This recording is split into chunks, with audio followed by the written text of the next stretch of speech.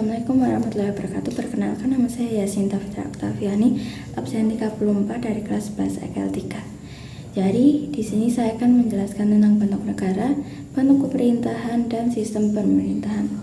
Jadi, yang pertama adalah bentuk negara. Bentuk negara adalah struktur dasar negara yang menentukan bagaimana negara tersebut diatur dan dijalankan. Ada beberapa bentuk negara, yaitu 1. Monarki. Monarki adalah bentuk negara di mana kekuasaan tertinggi dipegang oleh seorang raja atau ratu. Raja atau ratu ini biasanya memiliki kekuasaan absolut dan dapat membuat keputusan tanpa perlu meminta persetujuan dari orang lain. Contoh negara monarki adalah Inggris dan Arab Saudi. Yang kedua adalah republik. Republik adalah bentuk negara di mana kekuasaan tertinggi dipegang oleh rakyat atau wakil-wakil rakyat yang dipilih melalui pemilihan umum. Dalam republik, kepala negara biasanya dipilih melalui pemilihan umum dan memiliki kekuasaan yang terbatas. Contoh negara republik adalah Indonesia dan Amerika Serikat. Yang kedua adalah bentuk pemerintahan. Bentuk pemerintahan adalah cara pemerintahan dijalankan dari siapa yang memiliki kekuasaan. Ada beberapa bentuk pemerintahan, yaitu 1. Demokrasi. Demokrasi adalah bentuk pemerintahan di mana kekuasaan tertinggi dipegang oleh rakyat. Dalam demokrasi, rakyat memiliki hak untuk memilih wakil-wakil mereka dan mempengaruhi kebijakan pemerintahan. Contoh negara demokrasi adalah Amerika Serikat dan Indonesia. Yang kedua adalah otokrasi.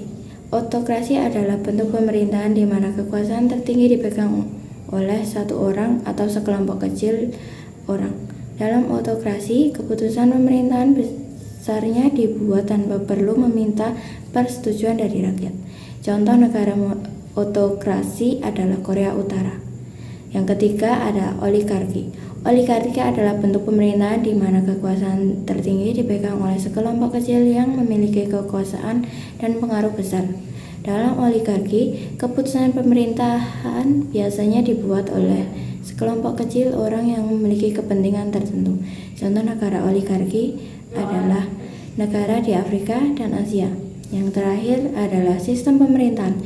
Sistem pemerintahan adalah struktur dan proses pengambilan keputusan dalam pemerintahan. Ada beberapa sistem pemerintahan, yaitu 1. Sistem presidensial. Sistem presidensial adalah sistem pemerintahan di mana presiden memiliki kekuasaan eksekutif yang besar dan terpisah dari legislatifnya. Dalam sistem presidensial, presiden biasanya dipilih melalui pemilihan umum dan memiliki kekuasaan untuk membuat keputusan tanpa perlu meminta persetujuan dari legislatif. Contoh negara yang menggunakan sistem presidensial adalah Amerika Serikat. Yang kedua, sistem parlementer.